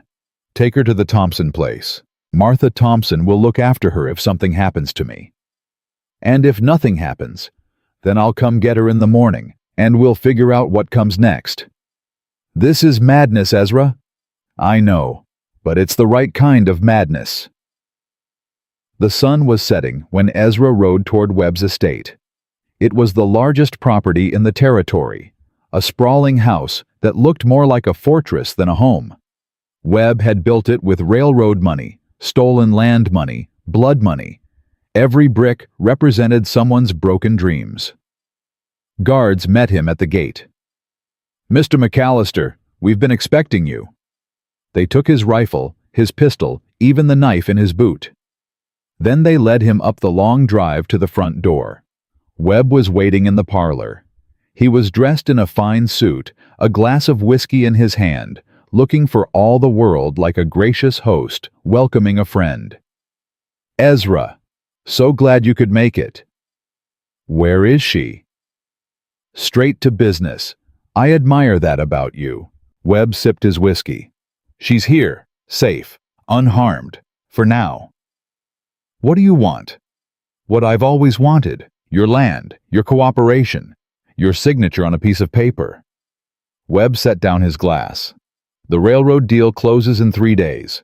With your property, it's worth $20 million. Without it, the whole thing falls apart. So buy me out. I tried. You refused. Then take me to court. Courts are slow, and expensive, and unpredictable. Webb's smile faded. This is faster. You kidnapped a woman, staged her death. That's not business. That's madness. It's efficiency. Webb walked to a side table and picked up a document. Your land in exchange for her life. Simple. Clean. Everyone walks away happy. Except the families you've destroyed, the people you've ruined. Collateral damage. Progress has costs. Ezra looked at the man in front of him. The man who had destroyed his father, who had terrorized his community, who had killed or tried to kill the woman who had become something like a friend. Let me see her. After you sign. No, before. I want proof she's alive. Webb considered this. Then he nodded. Fair enough. Follow me. They walked through the house down a corridor to a heavy wooden door. Webb produced a key and unlocked it. Inside was a small room. No windows. A single lamp. And Margaret. She was sitting on a chair, her hands tied behind her back, a bruise darkening her cheek. But she was alive. Her eyes found his immediately. Ezra, don't do this. Don't give him what he wants. Quiet. Webb backhanded her across the face. You've caused enough trouble. Ezra lunged forward, but the guards grabbed him. Easy, Webb said. Nobody needs to get hurt. Just sign the paper, and you can both go free. And if I don't? Then she dies. Tonight. And tomorrow, I'll have a tragic fire at your ranch. These things happen on the frontier. Webb's voice was casual, conversational. Your daughter is at the Thompson place. I believe my men can be there in an hour. Everything in Ezra went cold. You wouldn't. I don't want to. I really don't. I'm not a monster, Ezra. I'm just a businessman who doesn't like loose ends. Webb held out the document and a pen. Sign. And all of this goes away. Ezra looked at the paper. His family's land. Everything his father had fought for. Everything he had sacrificed for. Then he looked at Margaret, at the bruise on her face, at the fire still burning in her eyes. Don't, she whispered. Ezra, please. Don't let him win. He'll kill you. And you'll live. You'll fight. You'll find another way. There is no other way. There's always another way. Her voice cracked. Your daughter needs you. Those families need you. I'm just one person. I'm not worth... You are. The words came out before he could stop them. You're worth everything. Margaret's eyes filled with tears. Ezra. She got to you, didn't she? Webb sounded amused. 2 days and she's got you ready to throw everything away. She's good, I'll give her that. Shut up. The great love story of Cedar Creek, the stubborn rancher and the widow with a heart of gold.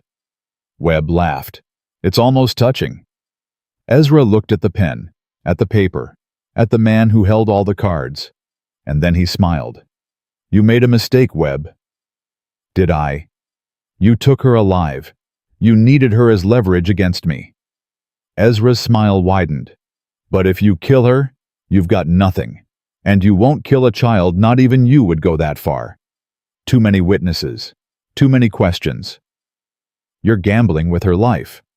I'm calling your bluff. The room went silent. Margaret was staring at him with something between terror and hope. Webb's face had gone very still. You think I won't do it? I think you're a businessman, and killing us doesn't get you what you want. It just creates problems. I have people who can make problems disappear. Not this many, not this fast. Ezra stepped forward and the guards tensed. You want a deal? Here's my offer. Let her go, tonight, and I'll give you something better than my land. What could possibly be better than your land? Harrison Hartwell's records, every document, every piece of evidence.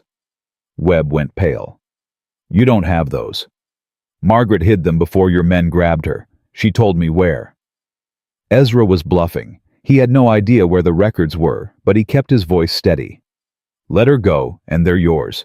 You can destroy them, and everything goes back to the way it was. Webb's eyes darted between Ezra and Margaret. The calculation was visible on his face. How do I know you're telling the truth? You don't, but ask yourself, is it worth the risk? Those records can destroy you, Webb. Everything you've built, everything you've stolen. Is my 80 acres really worth losing all of that? The silence stretched. Then Webb laughed. It was an ugly sound. You're bluffing. Am I? She would have told you where the records were. She would have given them to you as insurance. Maybe she did. Maybe they're already on their way to Helena. Webb's face twitched. You're lying. Only one way to find out. They stared at each other. Two men with everything on the line. Margaret spoke. Her voice was calm, almost peaceful. He's not lying, Cornelius. I gave him everything. Every document. Every letter. Every record of every crime you and Harrison ever committed. Webb spun toward her. You stupid. They're in a safe place, with instructions to release them if anything happens to me or Ezra or his daughter. She smiled through cracked lips. You can kill us, but you can't stop what's coming. You're bluffing. You're both bluffing. Maybe? Margaret's eyes were steady. Are you willing to bet everything on it? Webb stood frozen. For the first time since Ezra had known him, the man looked genuinely afraid. Get out, he said finally. What? Get out, both of you, now, before I change my mind. The guards released Ezra. He moved immediately to Margaret, untying her hands. Can you walk? I think so. He helped her up, putting his arm around her waist. She leaned into him, exhausted but alive. This isn't over, Webb said as they reached the door. You think you've won something. You haven't. I will find those records. I will destroy them, and then I will destroy you both. Ezra turned. Maybe, but not tonight. They walked out of the house past the guards down the drive. Nobody stopped them. Nobody followed. By the time they reached the gate, Margaret was crying. I don't have the records. They took everything when they grabbed me. He's going to find out. Shh, it's okay. We'll figure it out. How he'll come for us. He's scared, Margaret. For the first time, he's really scared. That gives us time. Time for what? Ezra helped her onto his horse and climbed up behind her. His arms went around her, steadying her. Time to find another way. Time to gather our strength. Time to show him that he made a mistake. He kicked the horse into motion. He underestimated us, both of us, and that's going to cost him everything. They rode into the darkness, the stars above them, and the uncertain future ahead. But they were alive. And as long as they were alive, there was hope. Margaret's head fell back against his chest. Her breathing was shallow. Ezra. Yeah. Thank you. For coming for me. I wasn't going to leave you there. You could have. Nobody would have blamed you. I would have blamed me. He tightened his arms around her. Besides, you still owe me that land. She laughed weakly. Is that your only reason? No, it's not even close to my only reason. She was quiet for a moment. Then, Ezra. Yeah. I think I'm falling in love with you. The words hung in the air between them, fragile and terrifying, and true. I think, Ezra said slowly, that's probably a terrible idea. Probably? I'm broke. I'm about to lose my ranch. I've got a 6-year-old daughter who talks to chickens. I know. And you're the widow of the man who destroyed my family. I know that too. So this is madness. Complete madness. She turned her head to look up at him. Do you care? Ezra looked down at her face in the starlight, at the bruises and the tears and the hope that somehow still lived in her eyes. No, he said. I don't care at all. and there under the vast Montana sky he kissed her. It was soft and careful and full of everything they hadn't been able to say. When they finally broke apart, Margaret was smiling. "We're in so much trouble." "The worst kind. Webb is going to come for us. Probably tomorrow. And we have no records, no proof, no plan." "Nope. So what do we do?" Ezra looked toward the horizon where the first hints of dawn were beginning to show. "We go home, we rest, and tomorrow we figure out how to win." "That's not much of a plan." "It's the only one I've got." Margaret laughed, and for the first time since he'd found her, she sounded like herself. "Then I guess it'll have to do." They rode on toward the ranch, toward Lily, toward whatever came next. Behind them, the sun began to rise.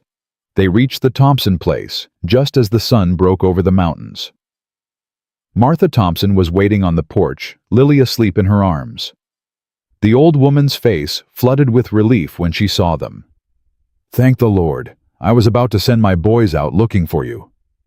"Is she okay?" Ezra slid off the horse and reached for his daughter. "She's fine. Cried herself to sleep asking for you, but she's fine." Lily stirred at the sound of his voice. "Papa?"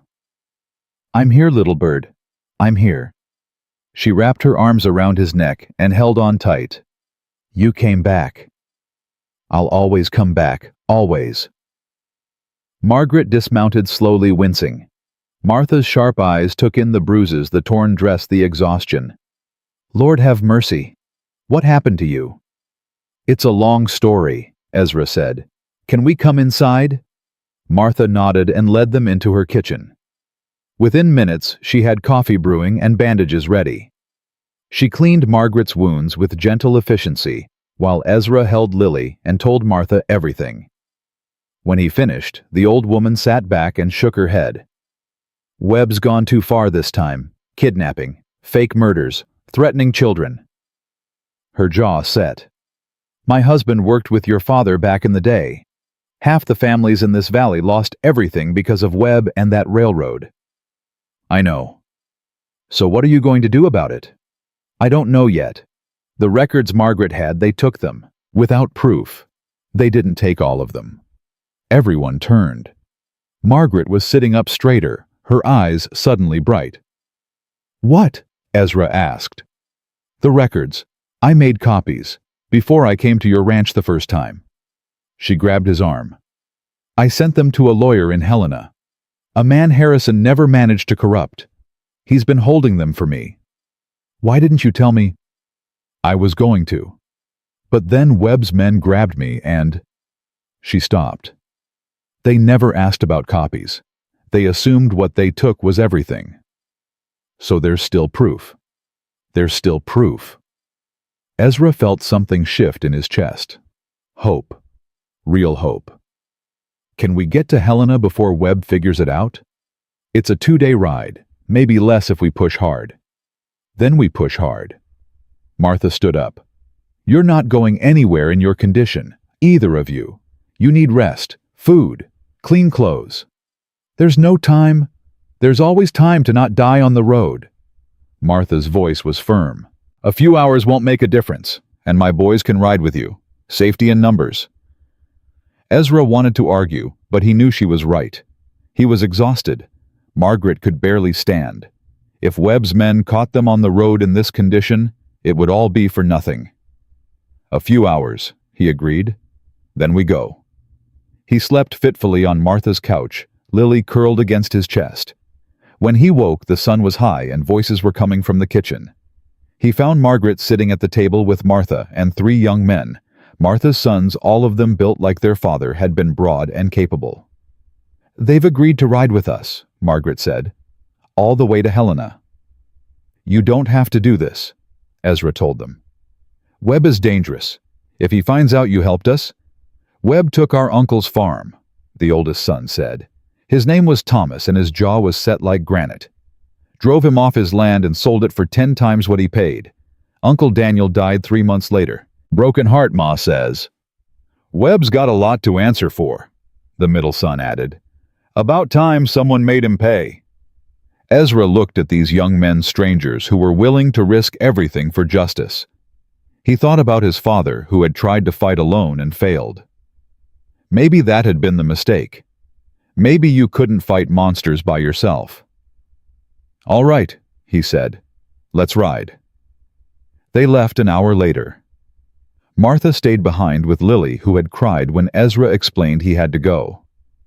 "Why can't I come?" "Because I need you to be safe, and because someone has to take care of Henrietta." "But, hey." He crouched down to her level. "Remember what Mama said about being brave? That it's being scared, but doing the right thing anyway." "That's right. I'm scared right now too. But I have to do this. For us. For all the families that Webb hurt." He kissed her forehead. "Can you be brave for me while I'm gone?" Lily sniffled. "I'll try." "That's my girl." Margaret came to say goodbye too. She knelt in front of Lily and took her small hands. "I'm going to bring your papa back safe. I promise." "Pinky promise." Margaret smiled through tears. "Pinky promise." They linked fingers, and something passed between them. Something that looked like the beginning of a family. The ride to Helena was hard. They pushed the horses as fast as they dared, stopping only when necessary. Margaret was pale and shaking by the end of the first day, but she refused to slow down. "We don't have time," she kept saying. "Webb will figure it out. He'll send men." She was right. On the second morning, Thomas spotted riders on the horizon. "How many?" Ezra asked. "6, maybe 7, coming fast." "Webb's men. Who else would be chasing us?" They pushed harder, but the riders were gaining. By midday, they were close enough to see their faces. Ezra recognized the scarred man from the ranch, the one who had held Lily. "They're not going to catch us," he said through gritted teeth. "Not today." "The horses are tired," Thomas warned. "We can't keep this pace." "Then we make a stand." "Against 7 men. You got a better idea?" Thomas looked at his brothers. They nodded. "All right. There's a canyon up ahead, narrow pass, good cover. If we can get there first, then let's get there." They reached the canyon with minutes to spare. The Thompson brothers took positions among the rocks, while Ezra helped Margaret down from her horse. "You should hide," he said. "If something happens." "I'm not hiding." She grabbed a rifle from one of the saddlebags. "I learned to shoot when I was 12. My father thought it was unladylike, but I practiced anyway." "Margaret, don't." Her eyes were fierce. "I'm done being the damsel Ezra. I'm done letting other people fight my battles." He wanted to argue. He wanted to protect her, but he also understood. "Fine, just stay behind cover." The riders appeared at the canyon mouth. The scarred man held up his hand, stopping his men. "McAllister, we know you're in there." Ezra stepped into view, rifle ready. "Turn around, go home." "Can't do that. Mr. Webb wants the woman, and he wants you dead." "Tell Webb he can go to hell." The scarred man laughed. "You're outnumbered, outgunned. This doesn't have to be bloody." "You're right, it doesn't. All you have to do is ride away. Last chance, McAllister. Send out the woman and we let you and the others go."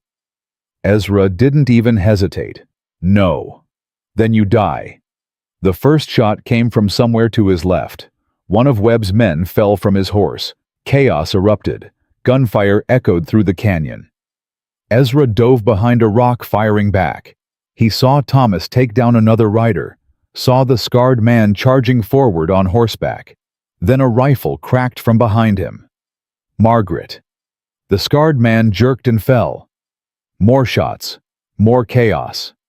Ezra lost track of time, lost track of everything except the next target, the next trigger pull. And then suddenly, it was over. Webb's men were down. All of them.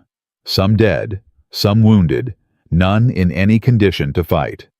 Ezra stood on shaking legs. His ears were ringing. His hands were covered in gun smoke. "Everyone okay?" "Yeah."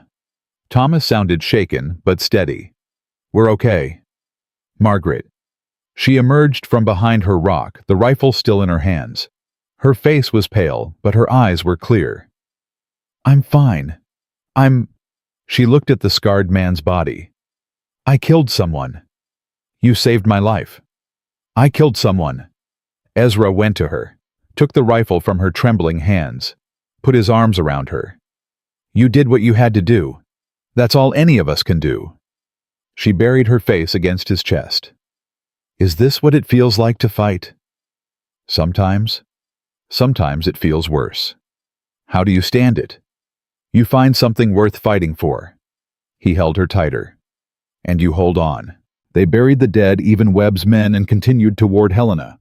The city appeared on the horizon late that afternoon, its buildings gleaming in the summer sun. Bigger than anything Ezra had ever seen. More people than he could count. "The lawyer's office is on 3rd Street, Margaret said. "Edward Morrison. He'll know what to do with the records." They found him in a modest building near the courthouse, a thin, nervous man with spectacles and ink-stained fingers. "Mrs. Hartwell." His eyes went wide behind the glasses. "I heard you were dead." "Reports of my death were exaggerated." Margaret took his hand. "I need those documents, Edward, all of them, tonight." Of course, of course." He led them to a back room and unlocked a heavy safe. Inside were stacks of papers, letters, ledgers.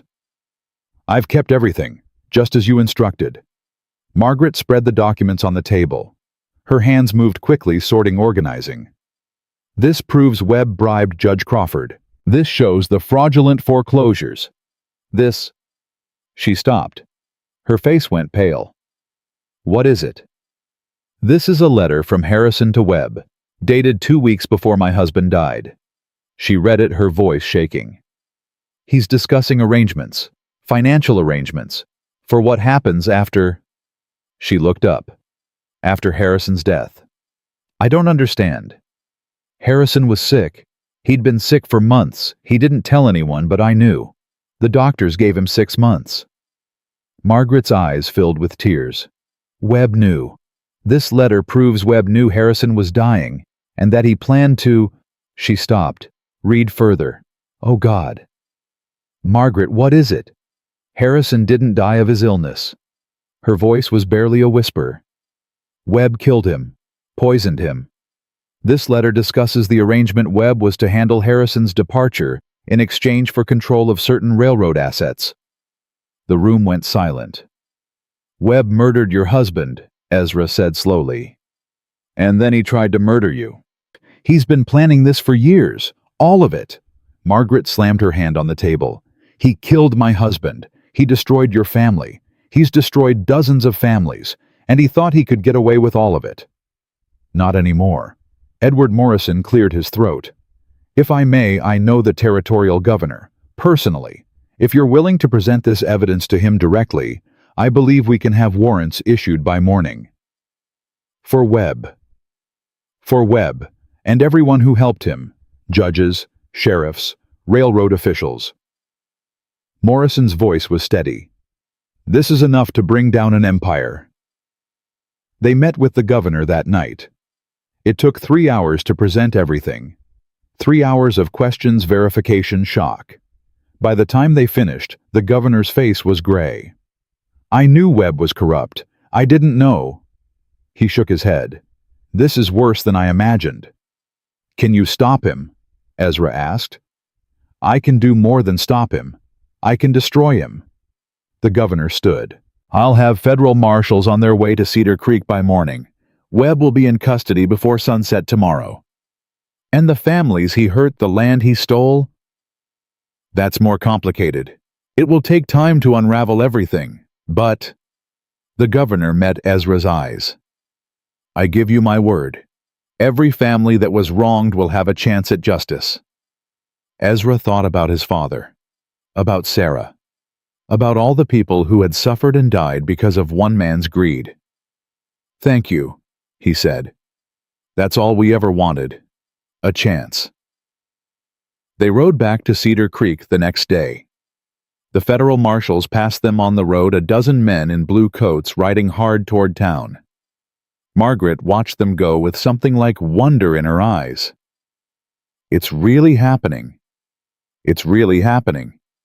We won. We did. She turned to look at him. What happens now? Now we go home. We see Lily.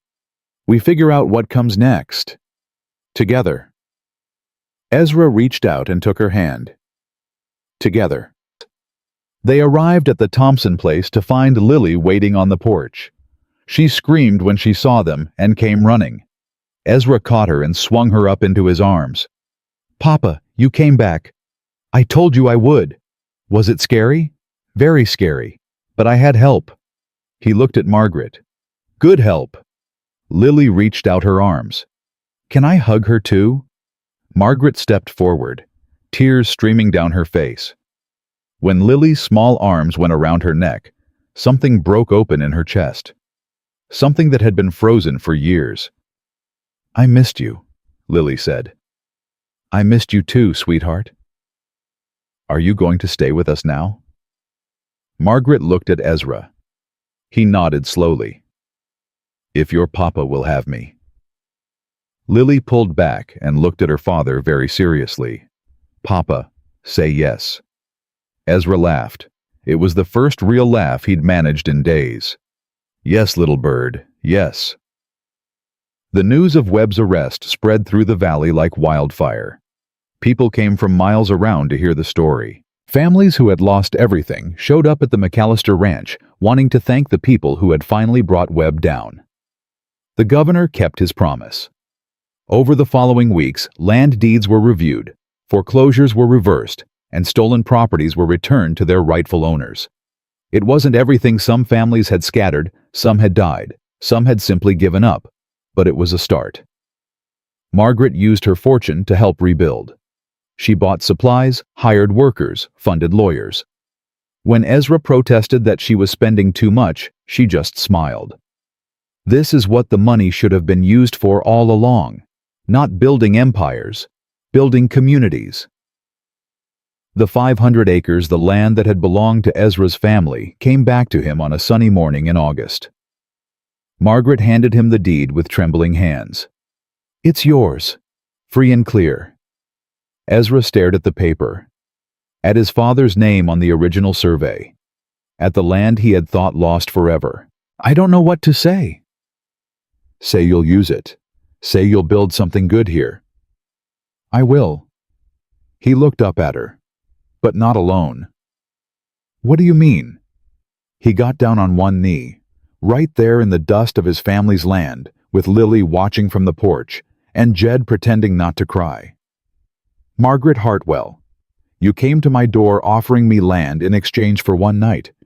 You thought I needed saving." He smiled. "Turns out we both did. Turns out we saved each other." "Ezra, I don't have money. I don't have fine things.